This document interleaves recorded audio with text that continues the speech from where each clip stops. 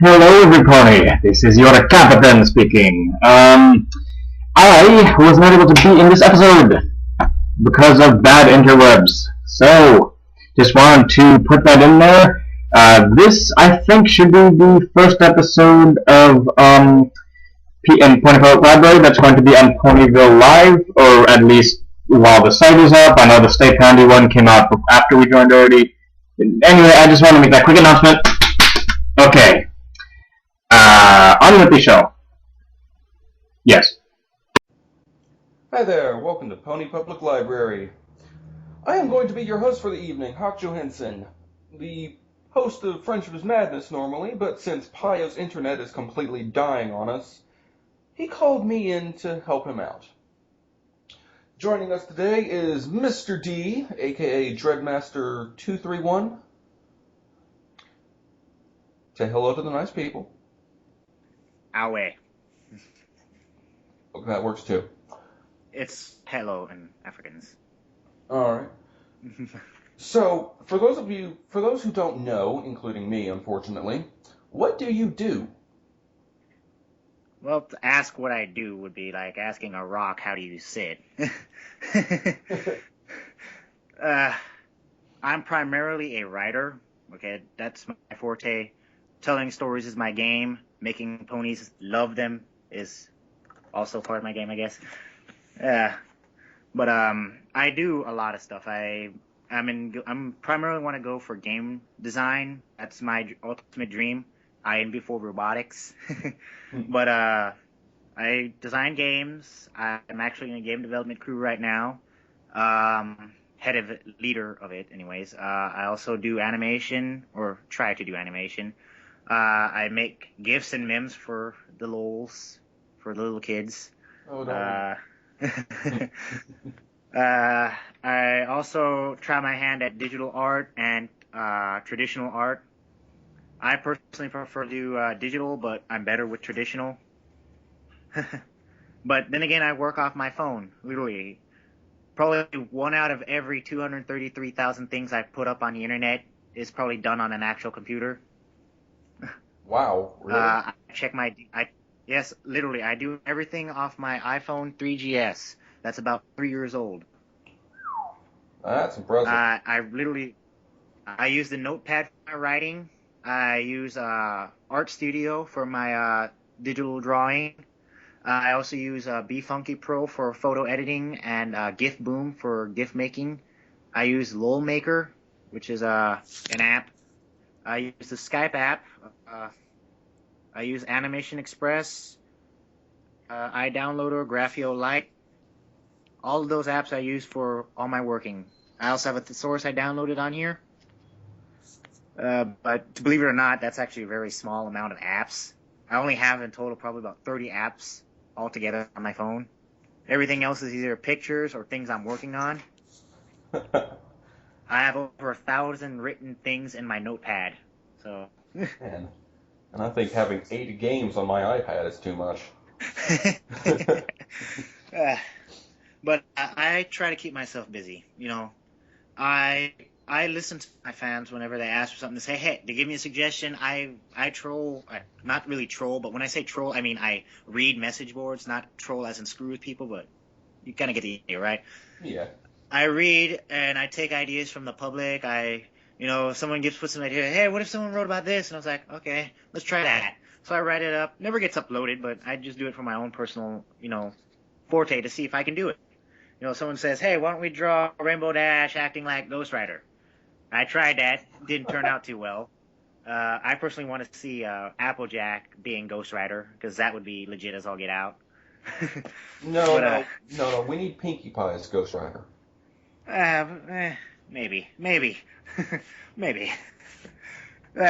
Kudos to whoever's listening to this. If you do that, I'll give you a thumbs up.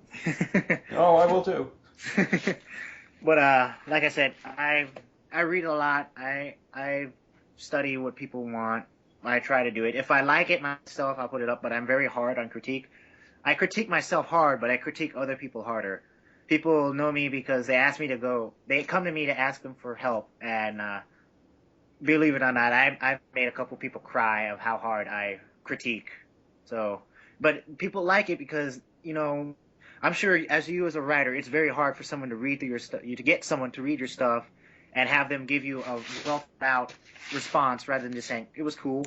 Because I hate that. I despise that. I asked someone to go, can you read through this and tell me what you think? It was cool. Well, is there anything else? It was cool. You had a few grammar errors, but it's cool. Great grammar errors. What was it? I don't remember. I like cool story, bro, but it needs fewer grammar errors. Yeah, pretty much. I hate that. I really do. I really hate that. Well, as someone who's done writing on the side, the only thing I've really written into was an RPG system that I'm working on. Awesome. And I can honestly say that I dislike direct criticism. If someone tells me, like, you need to change this, I hate hearing that. If they tell me this could be better, that's good. Yeah. As a writer, that's what you want to hear. Yeah. Yeah, I understand that. I don't I'm not a direct person. I don't be upfront. I lay it out to you slowly. Some people don't like that, but I believe that it allows for more explanation, because if you directly attack somebody about it, they'll get mad, then they'll go try to retaliate. They won't listen to anything, and they'll get mad. However, I prefer to be more, I'll put it to you in increments. I'll say, okay, I read through it. I don't like this. I don't like this. I don't like this. However, you can add this, this, this, and this, or you can change it by fixing this part, and this part. I'll give you like a bunch of suggestions and ideas of how to fix it, and I'll say it's up to you if you want to take them, but I feel that it would be beneficial if you use this. This is a suggestion. You don't have to. It's your writing. You're the author. You can do whatever you want with it, but take it into heart that this might be better outcome. Like a week ago, I just got done reading through reading a pre-write of a fic called The Trotting Dead. Yeah, it's a MLP Walking Dead crossover, but it has a good concept. The only one thing I don't like about it is the main character is an OC. His name is Explosion, as if that's not all OC has. Get out. I've suggested changing it, but he likes the character, so I'm not going to force it on him. I personally think OCs can be good if done properly, so we'll see. But I did a good 2-3 hours worth of critique on it. He took into heart. He changed some of it, not all of it. But hey, it's his story. It's up to him how he wants to take it. If he does good luck on it, good luck on it. Mm-hmm. But that's just my 2 bits. Now, during the previous attempts to record this episode, you've gotten into saying you're a gore writer, or you're a horror writer. Yes, not a gore writer. I am a horror writer. I am a horror fan. Okay. Suspense is my thing. That's what I'm known for, is creating high tension moments, allowing the character to fear what is not there. Because there's a old horror saying that if you leave the victim to think of his death instead of bringing forth it visually, he will be more scared to screw up than he is when he actually sees something. Like I'm sure everyone has been scared of the dark. Have you been scared of the dark? You've been scared of the dark when you were younger, right? Oh, of course. You were never actually scared of what was in front of you, as you were scared of what you would find, right? Mm-hmm. You were always scared of what could be behind that corner. Every time you think about that, the worst possible thing always comes to mind. And that's what I like to put in my writing. I like to put that in my horror writings because, like I said, I don't know if we're going to use any of that part from before or not, but like I said before, I don't like cupcakes for the fact that it is gore-based. Gore is a tool, not a subject.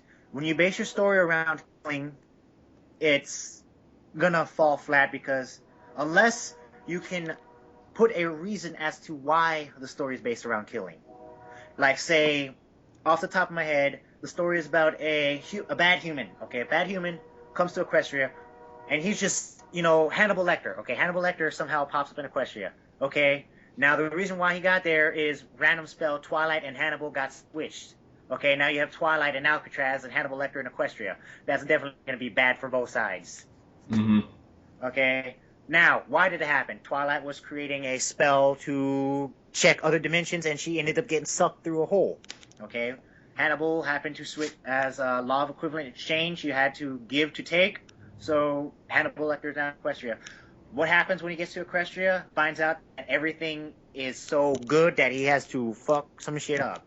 Okay, so there, story. Tell me about the ponies, Clarice.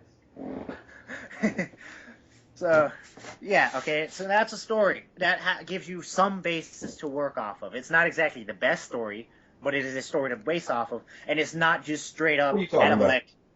What you talking about, Mr. D? This is going to be the best story since the Iliad.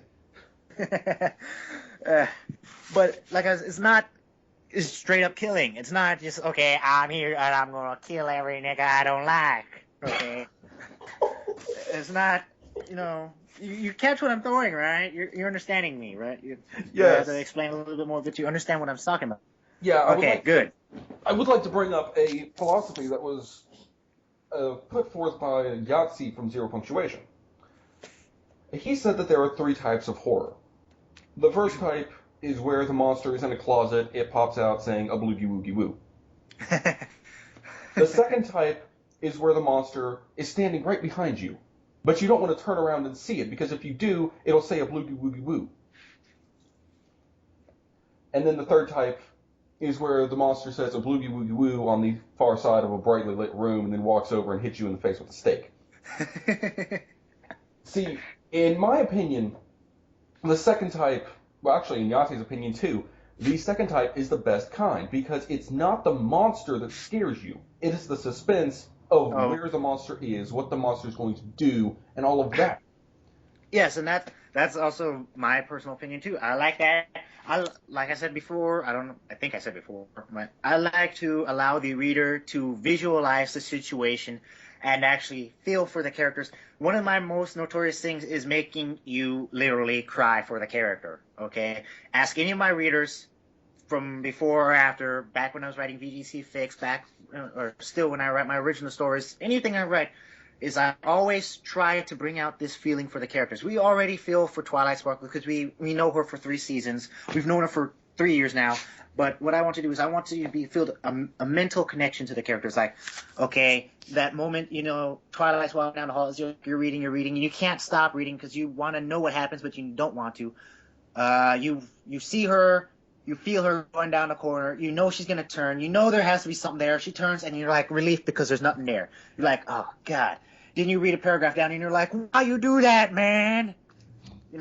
I love to make people feel like, why you be such a douchebag? Oh man, them white chicks is crazy. Don't go in that door, girl. You know that's my thing there. I love to do that, but I'm not knocking. I'm not knocking. Like I said, gore is a tool, and if used properly, it can make a story good. You can, if used, it can be used properly.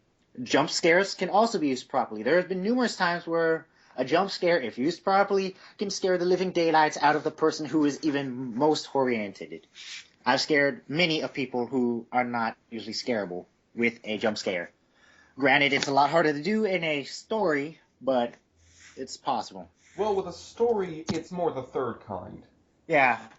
So, like, Cupcakes is the third kind. Yeah. Here's the shit going on. There you go. Pretty much. Look at it. It's scary. It's scary. That person just makes me sick. That's all. Yeah. Okay, I'm gonna bring this out here. Just like the epitome of every nerd. My mom has a very large impact. Okay, she's a gamer. She's a horror fan. She loves watching anime. She's all that awesome. Okay. So, but she does have a lot of impact. She reads a lot of my things, and she does give a lot of insight. And she doesn't quite like. She's a horror fan.